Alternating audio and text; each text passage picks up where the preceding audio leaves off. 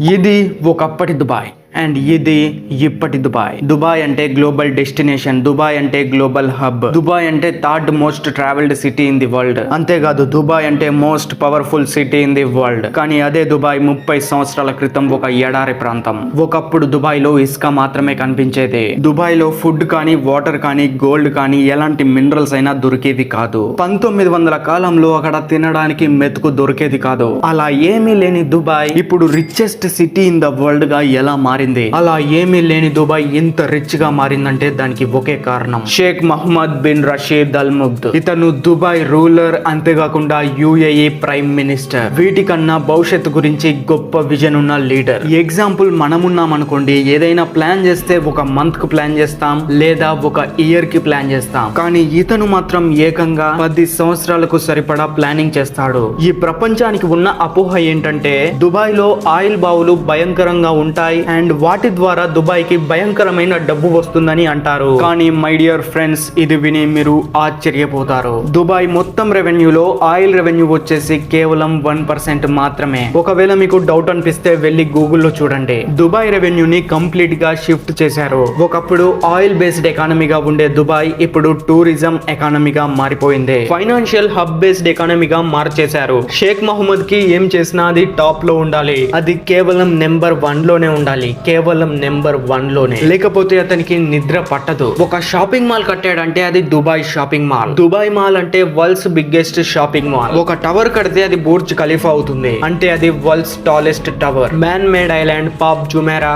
Under water bridge, under water tennis court, ఇంకా చెప్పుకోవడానికి చాలానే ఉన్నాయి. అక్కడ ఉండే పోలీసులు ఫెరారీ, ల్యాంబోర్గిని లాంటి కార్లలో తిరుగుతారు. వరల్డ్ లోనే ఒకే ఒక 7 స్టార్ హోటల్, బుర్జ్ అల్ అరబ్. ఒక కామన్ మ్యాన్ బుకింగ్ లేకుండా ఇందులో అడుగు కూడా పెట్టలేడు. దుబాయ్ ఏది చేసినా అది నెంబర్ 1 లేదా ఓన్లీ 1 లా ఉంటుంది. దుబాయ్ లో మీ కార్ క్లీన్ గా లేకపోతే మీరు 200 dirhams ఫైన్ కట్టాలి. ఇంకోటి చెప్పనా, మీరు కట్టే శ్రమ లేకుండా వాళ్ళే మీ అకౌంట్ లో నుండి కట్ చేసుకుంటారు. కార్స్ కూడా ఎక్కడ పడితే అక్కడ ఎవరు పడితే వాళ్ళు క్లీన్ చేయకూడదు. వాటి కోసం సపరేట్ గా స్టేషన్స్ ఉంటాయి. మా ఇంట్లోనే పంప్ ఉంది, మా ఇంట్లోనే మోటార్ ఉంది, మేమే క్లీన్ చేసుకుంటామంటే అక్కడ కుదరదు. ఇసుకలో విత్తనాలు వేస్తే పెరుగుతాయా? అలాంటిది వీళ్ళు ఇసుకలో చెట్లు పెంచుతారు. దుబాయ్ మెరాకిల్ గార్డెన్, ఇది world's biggest Dubai flower garden. అంతేకాదు ప్రపంచంలోనే అత్యంత పెద్ద 5 స్టార్ హోటల్ JW మ్యారియట్ కూడా నిర్మించారు. ప్రపంచంలోనే అత్యంత పెద్ద గోల్డ్ మార్కెట్, ది గోల్డ్ సౌ కూడా దుబాయ్ లోనే ఉంది. ఇక్కడితో ఆగకుండా అమెరికాలోకి వెళ్లి డిజ్నీ సంస్థతో మాట్లాడి దుబాయ్ లో కూడా ఒక డిజ్నీ వరల్డ్ పెట్టమని అడిగారంట. దుబాయ్ లో ఉండే డిజ్నీ వరల్డ్ అన్నింటికంటే పెద్దగా ఉండాలనే షరతు పెట్టారంట. కానీ డిజ్నీ సంస్థ దానికి ఒప్పుకోలేదు. ఎందుకంటే డిజ్నీ వచ్చేసి అమెరికా వాళ్ళది కదా, అమెరికాలో కాకుండా వేరే దగ్గర పెద్ద డిజ్నీ వరల్డ్ ఉండడం వాళ్ళకి ఇష్టం లేదు. అందుకే వాళ్ళు ఒప్పుకోలేదు. అందుకే వాళ్ళు దానికన్నా పెద్దది మేము కట్టలేమని చెప్పేశారు. అప్పుడు మహమ్మద్ బిన్ రషీద్ వాళ్ళతో ఏమన్నాడంటే, మీరు డిజ్నీ వరల్డ్ కట్టకపోతే మాకేం నష్టం జరిగేదేం లేదు, దానికన్నా పెద్ద అమ్యూజ్మెంట్ పార్క్ కట్టి చూపిస్తానని చెప్పి అతను చెప్పినట్టే డిజ్నీ వరల్డ్ కన్నా 2 పెద్దదైన అమ్యూజ్మెంట్ పార్క్ ని కట్టేశాడు. రోజు అక్కడికి 2 లక్షల మంది టూరిస్టులు వస్తారు. మహమ్మద్ బిన్ రషీద్ కి ఫస్ట్ లో ఉండాలనే తాపత్రయం ఎంతలా ఉందో చెప్పడానికి ఈ చిన్న ఎగ్జాంపుల్ చాలు. మహమ్మద్ బిన్ రషీద్ కి ముందు చూపు, ఇన్నోవేటివ్ ఐడియాస్ ఎక్కువ. 2030 నాటికి దుబాయ్ లో 25% బిల్డింగ్స్ ని 3D ప్రింటర్స్ తో నిర్మిస్తారంట. దానికి ఎగ్జాంపుల్ గా 40 అంతస్తుల బిల్డింగ్ ని 3D ప్రింటింగ్ ద్వారా నిర్మించారు. 3D ప్రింటింగ్ అంటే ఏం లేదు, మనం కంప్యూటర్ కి ఒక డిజైన్ ఇచ్చామంటే అది 3D ప్రింటింగ్ చేసి మనకి ఇస్తుంది, మనం తీసుకెళ్లి పెట్టేయడమే, సింపుల్. దుబాయ్ 10x ప్రాజెక్ట్ ని లాంచ్ చేసింది. అంటే అందరికన్నా 10 టైమ్స్ ముందుండాలి. లైక్ డెవలప్మెంట్ లో 10 టైమ్స్ ముందుండాలి, ఎడ్యుకేషనల్ పర్పస్ వీళ్ళే 10 టైమ్స్ ముందుండాలి. అంటే ప్రతి విషయంలో వీళ్ళు ఇతర దేశాల కన్నా 10% ఎక్కువగా ఉండాలి. అలా ఉండాలి అని ఈ ప్రాజెక్ట్ యొక్క కాన్సెప్ట్. ఇన్ఫాక్ట్ దీనికి సంబంధించి గవర్నమెంటే ట్రైనింగ్ కూడా ఇస్తుంది.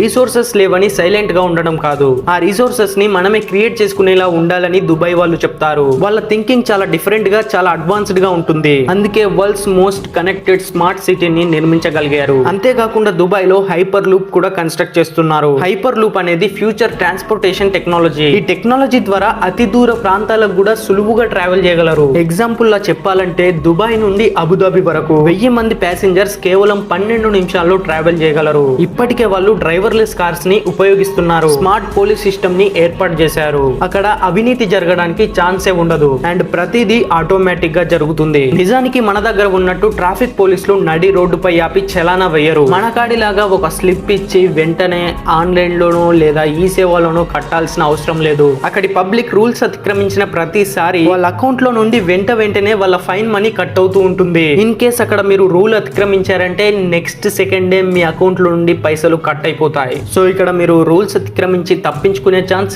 0%. అంతేకాదు పోలీస్ స్టేషన్స్ లో కంప్లైంట్ ఇవ్వాలంటే మీరే ఇవ్వచ్చు. ఎలాంటి ఆఫీసర్ ఉండడు. Fully automatic police station. వెళ్ళడం సింపుల్ గా మీ యొక్క కంప్లైంట్ ని ఫైల్ చేయడం. దీని వల్ల మీకు ఉపయోగం ఏంటంటే మ్యాన్ పవర్ అవసరం లేదు. పోలీసులు కూడా తక్కువ మంది ఉంటారు. అండ్ ఇక్కడ ఉన్న పోలీసుల గురించి మాట్లాడుకుంటే దుబాయ్ లో ఉండే పోలీసులు ప్రపంచంలోనే రిచెస్ట్ పోలీసులు. జనరల్ గా మన ఇండియాలో ఉండే పోలీసులు night time patrolling normal cars లో చేస్తారు. కానీ దుబాయ్ లో ఉండే పోలీసులు పెట్రోలింగ్ నార్మల్ కార్స్ లో కాదు, ఫెరారీ, ల్యాంబోర్గిని లాంటి కార్స్ లో చేస్తారు. వాళ్ళ విజన్ ఎలా ఉంటుందంటే ఇసుక మీద పెద్ద పెద్ద బిల్డింగ్లు లేపేస్తారు. కానీ ఇసుక మీద బిల్డింగ్ కన్స్ట్రక్షన్ చేయడం అనేది చాలా కష్టం. ఎందుకంటే అక్కడి ల్యాండ్ అనేది చాలా మెత్తగా ఉంటుంది. బిల్డింగ్ తొందరగా కూలిపోతుంది. జనరల్ గా కింద ఇసుక ఉందనుకోండి, పునాది అంతా స్ట్రాంగ్ గా ఉండదు. ఎందుకంటే నదుల దగ్గర పెద్ద పెద్ద బిల్డింగ్స్ కట్టారు. ఎందుకంటే కూలిపోతాయి కాబట్టి. కానీ దుబాయ్ మొత్తం ఇసుకే కదా, అంత పెద్ద బిల్డింగ్స్ ఎలా కట్టారు అని మీకు డౌట్ రావచ్చు. ఎందుకంటే వాళ్ళు దుబాయ్ వాళ్ళు కాబట్టి నిర్మించారు. జనరల్ గా మీరు చూస్తూ ఉంటే విలేజ్ లో ఉండే పీపుల్ దుబాయ్ కి వెళ్తూ ఉంటారు. అలా వెళ్ళడం దేనికో కాదు, దుబాయ్ లో బిల్డింగ్స్ కట్టడానికి. దాదాపు